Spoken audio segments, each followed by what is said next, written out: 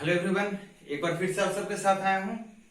आज का जो क्लास है एमटीएस स्पेशल इसलिए है क्योंकि आज के क्लास में लास्ट ईयर में जो एमटीएस के सवाल पूछे गए थे कंपाउंड इंटरेस्ट पे, चक्रवृद्धि ब्याज पे, कुछ सिलेक्टेड सवाल उसके लिए गए हैं। आपको बताना है मुझे कि कैसे आप सवाल को इजी तरीके से सिंपल कॉन्सेप्ट लगा के आप सोल्व कर सकते हैं कम समय में। जिनको भी एग्जाम देना है इस बार, आपको पता है 2 दिन बाद एग्जाम स्टार्ट होने वाला है, तो जिनको भी एग्जाम देना है उनके लिए बहुत ही इंपॉर्टेंट है क्लास। आप इसको अच्छे से देखिए।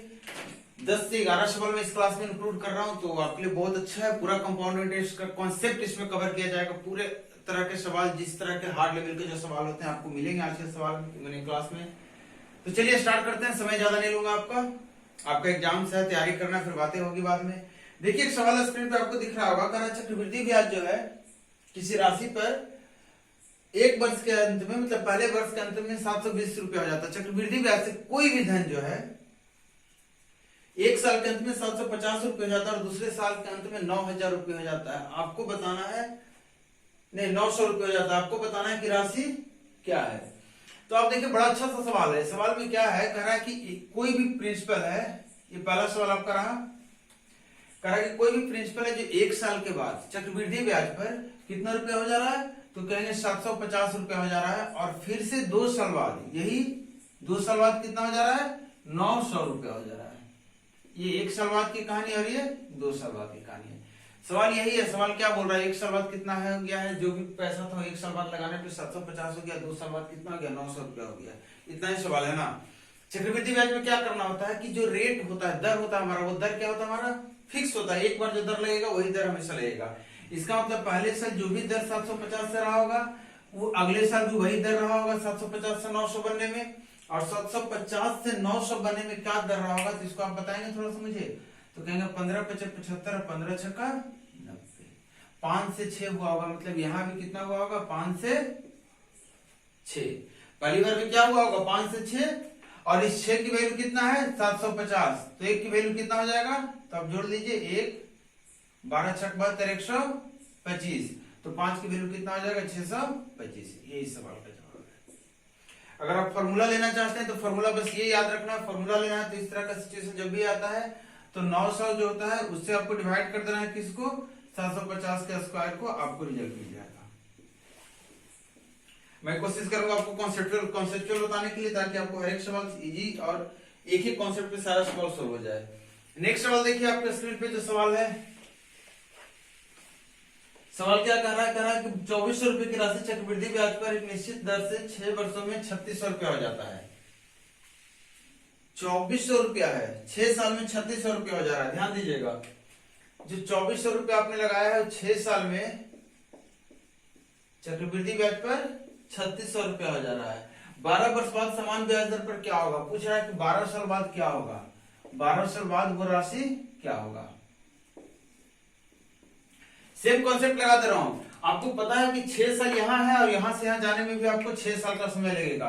इसका मतलब जो हिसाब यहाँ रहा होगा वो हिसाब यहाँ से यहाँ हुआ होगा। यहाँ पे हिसाब कितना है, तो कहेंगे कि 4 से काट दीजिए, 4 से 12 से काट देता हूँ, 12 से 2 और 12 3 36। मतलब यहाँ से यहाँ 2 से 3 हुआ है, तो यहाँ पे क्या हुआ होगा, यहाँ पे 2 से 3 हुआ होगा ना। और आपको दिया हुआ है, क्या दिया हुआ भैया, तो कह रहे हैं कि 2 की वैल्यू कितना दिया हुआ है, 3600। तो 1 की वैल्यू 1800 हुआ कि नहीं हुआ, और 3 की वैल्यू 5400।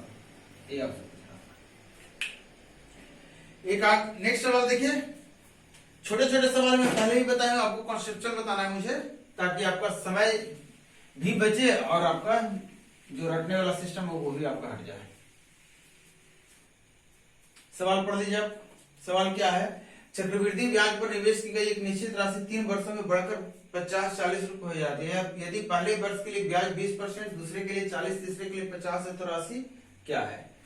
पहले वर्ष के लिए ब्याज कितना है, 20%, दूसरे के लिए 40 और तीसरे के लिए 50। और कुल मिला के पैसा जो 3 साल बाद कितना हो जाता है, 5000, मतलब 5040 रुपया हो जाता है। आपसे पूछ रहा राशि क्या है। तो अगर 20% पहले दर का ब्याज है पहले साल का, इसका मतलब 1/5 होता है ना, तो 5 में कितना बढ़ गया होगा, वो 1 रुपये का ब्याज मिला होगा। मतलब 5 रुपये कितना बन गया होगा, 6 रुपया। दूसरे साल 40% को कितना बोलते हैं, 2/5, मतलब 5 में कितना ब्याज मिलेगा, 2, तो कितना बन जाएगा, 7। तीसरा 50% मतलब 1/2, मतलब 2 रुपया पे 1 रुपया ब्याज मिलेगा और कितना हो जाएगा 3 रुपया। पहले साल ये हिसाब है, दूसरे साल का ये हिसाब है, तीसरे साल का ये हिसाब है, मतलब तीनों साल का कितना हिसाब हो गया, इतना हिसाब हो गया। 2 से काट दे रहे हैं 3 बार में। अब कितना आ गया, 3 गुने 7 गुने 3 की वैल्यू 5040 है, तो 3 3 9 से काट दे रहा हूँ। 9 5 45, 5 9 6 54 और 0, 7 से काट दे रहा हूँ, कितना आ गया 80। तो ऊपर कितना कट गया, 1 की वैल्यू कितनी आ गई 80, नीचे कितना आपका 5 5 25, 25 की वैल्यू कितनी होगी 2000। ये आपका प्रिंसिपल यही पूछ रहा था आपसे। नेक्स्ट सवाल पढ़ते हैं आगे। सवाल आप देख रहे हो, कॉन्सेप्ट बहुत ज्यादा नहीं लग रहा, कॉन्सेप्ट सिंपल लगा रहा हूँ। पैसा कितना से कितना हो रहा है, सवाल अपने अपने तरीके से अलग अलग रूप में आ रहा है और इसी तरीके से सवाल का लेवल बढ़ेगा, क्योंकि ये हार्ड लेवल सवाल मैंने सिलेक्ट किया एमटीएस का, जो कि आपको जल्दी से कैसे बनाना है। एक सवाल कर, एक राशि को चक्रवृद्धि ब्याज पर वार्षिक रूप से संयोजित किया जाता है, जो 3 वर्षों में 100, 1000 और 4 वर्षों में इतना जाता है, वार्षिक ब्याज की दर कितना है।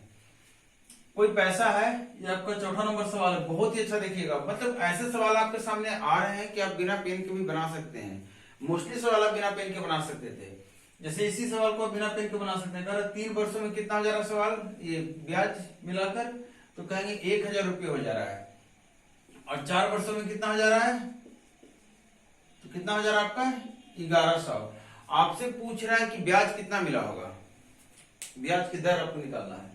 तो ब्याज की दर क्या होगी, तो कहेंगे 3 साल में 1000 रुपये हो गया, 4 साल में इतना हो गया, मतलब 1 साल में 1000 से कितना हो गया 1100, 1 साल में 1000 से 1100, और इसका मतलब 100 से कितना हो गया 110, तो 100 रुपया कितना बढ़ा 10 रुपया, और 100 रुपया पे जितना बढ़ता है उसी को तो परसेंटेज बोलते हैं, और यही ब्याज दर तो है। क्लियर है, ये छोटा सा सवाल था, आपको यही पूछ रहा था कि रेट ऑफ इंटरेस्ट क्या होगा। नेक्स्ट सवाल देखिए आप, अगला सवाल जो आपके सामने है, क्या कर रहा है क्वेश्चन, कर रहा है एक निश्चित राशि पर 20% प्रति वर्ष की दर से 2 वर्षों के लिए साधारण ब्याज कितना हो जाता है 250। तो आपसे पूछ रहा है कि चक्रवृद्धि ब्याज कितना होगा। कोई भी प्रिंसिपल है, इस पे 20% के दर से 2 साल में एसआई जो है हमारा कितना हो गया है 250। आपसे पूछ रहा है सीआई क्या होगा। आपको पता है 2 साल में साधारण ब्याज तो दोनों साल बराबर मिलेगा, मतलब पहले साल साधारण ब्याज कितना मिला होगा 125, और दूसरे साल भी साधारण ब्याज कितना मिला होगा 125, यही मिला होगा दोनों साल। लेकिन चक्रवृद्धि ब्याज जब हम लेते हैं तो क्या करते हैं, ब्याज पे ब्याज लेते हैं, मतलब जो पहले साल का ब्याज है तो हमारा रहेगा ही रहेगा, दूसरे साल जब ये ब्याज लिए होंगे तो साथ में इस पे भी ले लिए होंगे ब्याज, पिछले साल के ब्याज पे, और रेट कितना लिए होंगे 20%, 20% मतलब 1/5, और इसका 1/5 कितना होता है 25। इसका मतलब ब्याज कितना बढ़ गया 25 रुपया से बढ़ गया, इसमें 25 जोड़ दीजिए और कितना हो गया 275 रुपया, ये हमारा चक्रवृद्धि ब्याज आ गया टोटल। या फिर आप ऐसे भी जोड़ सकते हैं 125, 125 और 25। 2000 रुपये ने सालाना चक्रवृद्धि ब्याज पर निवेश किया गया, 2000 रुपये को सालाना निवेश किया गया, यदि ब्याज की दर 10% है तो 30 महीने बाद कुल कितना होगा। ये सवाल देखिए थोड़ा सा अलग टाइप का है, लेकिन बनाएंगे हम इसी टाइप से, कॉन्सेप्ट हमारा सेम रहेगा। आपको करना है 2000 रुपये को इन्वेस्ट करना है, प्रिंसिपल कितना दिया है 2000 रुपये, आपको दर दिया है 10% पर एनम प्रति वर्ष 1 साल में, और समय दिया है कितना 30 मंथ, और हमको निकालना है क्या अमाउंट निकालना है कि आखिर कितना रुपये हो जाएगा। ये भी छोटा सा सवाल, यहाँ पे आपको महीना से डरना नहीं है। महीना से क्यों नहीं डरना है, क्योंकि आपको दिया हुआ है 30 महीना, 30 महीना को आप अगर साल में बदलेंगे तो आप बोलेंगे 2.5 साल होता है, 2 साल। तो आप बताइए पहला साल ब्याज की दर क्या होगा, तो कहेंगे 10%, दूसरा साल क्या होगा तो कहेंगे 10%, आपका 2 साल की कहानी खत्म। आखिरी साल या तो आप आधे साल के लिए ब्याज लीजिए या ब्याज की दर को आधा लीजिए, सेम बात होगी। तो तीसरे साल के ब्याज की दर कितना कर देंगे हम 5%। क्लियर है। अब देखिए एक सवाल पहले जाइएगा तो आपको इस तरह का सवाल एक था कि 10 से कितना हो गया 11, यहाँ भी कितना हो गया 10 से 11, यहाँ कितना हो गया 20 से 21, और इसी की वैल्यू आपको कितना निकालना है, और जबकि दिया हुआ इसकी वैल्यू कितना है 2000 रुपया। आप ध्यान दीजिए कि 2000 ये भी गुना करके 2000 आ रहा है, 2000 की वैल्यू 2000, तो बस इसको गुना करके आपको आंसर बता देना है कितना हो जाएगा। 221 को 21 से 121 को 21 से गुना कर दीजिए, जो भी आपका आंसर आएगा वो आपका आंसर हो जाएगा। नेक्स्ट क्वेश्चन है 2 साल के लिए 5% प्रति वर्ष की दर से चक्रवृद्धि ब्याज और साधारण ब्याज का अंतर 25 रुपया है। अभी देखिए इसके पहले सवाल में आपको मैंने बताया था कि जो ब्याज का अंतर आता है, जैसे होता क्या है कि चक्रवृद्धि ब्याज में आप प्रिंसिपल जो लगाते हैं, इसमें पहले साल जो ब्याज लेते हैं साधारण ब्याज, वो कितना लेते हैं, पी पे R% लेते हैं, जो भी यहाँ पे आता है अगले साल भी पी पे R% लेते हैं, वही सेम वैल्यू यहाँ पे आता है ब्याज के रूप में। लेकिन चक्रवृद्धि में वैसा नहीं करते, चक्रवृद्धि में कहते हैं इस पे जो भी पैसा आएगा वो तो हम लेंगे फर्स्ट ईयर में, और फर्स्ट ईयर में इसका ही % लेंगे। दूसरे साल जाएंगे तो हमारी उधारी क्या रहेगी, ये भी उधारी है और ये भी ब्याज उधारी हो गया है, तो इस पे तो फिर R% लेंगे और यही आ जाएगा, और इस पे एक बार और R% लेंगे, और ये जो चीज आएगी मान लेते हैं डायग्राम के रूप में दिखा रहा हूं, यही अंतर होता है। और ये होता क्या है, तो ध्यान से देखेंगे तो कहेंगे जो भी प्रिंसिपल था उसका R% ये है और इसका R% ये है, मतलब 2 साल का जब CI माइनस SI लेते हैं, ये कुछ नहीं होता है, प्रिंसिपल का R% का R% होता है। अब आपको बोल रहा है कि 2 साल के लिए 5% के हिसाब से लगाया गया था, अंतर 25 रुपया आया था, मतलब ये जो 25 रुपया ये कुछ नहीं है, 5% का 5% है, और आपको प्रिंसिपल पूछ रहा है, तो 5 का 5 कट गया 25 कट गया, और यहाँ पे कितना बच गया परसेंट, जो कि उधर जाएगा तो 100 और गुने 100, तो 1 की वैल्यू कितना हो गई है, और ये हमारा प्रिंसिपल होता है। आपको अगर फॉर्मूला सेट करना तो पी लगा लीजिए, यहाँ पे पी आ जाएगा, या तो 1 की वैल्यू निकाल लीजिए, 100% की वैल्यू निकाल लीजिए। एक सवाल और देखिए, सवाल आप देखते रहिए, कमेंट करके बताइएगा कैसा लग रहा है क्लास, ताकि और भी कुछ दूसरे टॉपिक का नेक्स्ट किस टॉपिक का आपको चाहिए, एमटीएस स्पेशल जो भी टॉपिक आपको लेना आप बताइएगा। टॉपिक जिनका एग्जाम में भी 2 4 5 10 दिन समय है, आप फायदा उठा सकते हैं, उठाइए, आप टॉपिक बताइए, मैं उसका इंपॉर्टेंट या सिलेक्टेड क्वेश्चन लेकर आऊंगा। सवाल देखिए, क्वेश्चन नंबर 8 है आज की क्लास का, correct sum of rupees this is invested on compound interest for the 3 years if the rate of interest is 10% for the first and second दोनों के लिए, और नेक्स्ट ईयर के लिए 50% है। सेम सवाल आपका आ गया ये,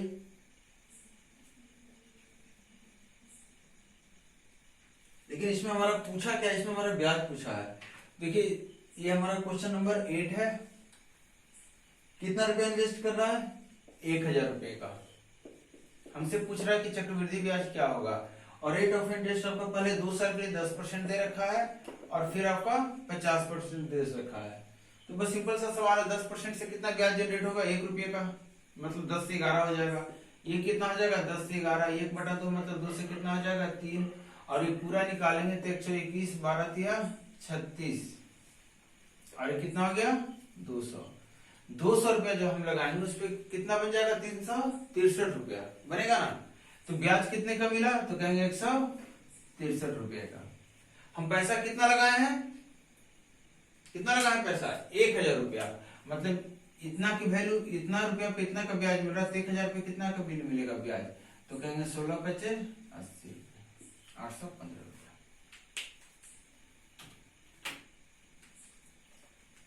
एक लास्ट सवाल नहीं, लास्ट में और सवाल लेना है मुझे। एक सवाल देखिए 9 नंबर का सवाल देखिए आज की क्लास का, क्या है सवाल इसमें, correct the simple interest on a sum of money for 2 years at certain rate of interest is 320। किसी भी धन पे 2 साल के लिए जो साधारण ब्याज है वो कितना है, 320 रुपया। फिर बोला compound interest compounded annually on the same sum for the same duration at the same rate of interest is 364, और इसी पे जो चक्रवृद्धि ब्याज है वो 384 रुपया का है, इसी 2 साल के लिए, लेकिन ये चक्रवृद्धि ब्याज है। आपसे पूछ रहा है रेट ऑफ इंटरेस्ट, नहीं राशि पूछ रहा है, राशि क्या होगा।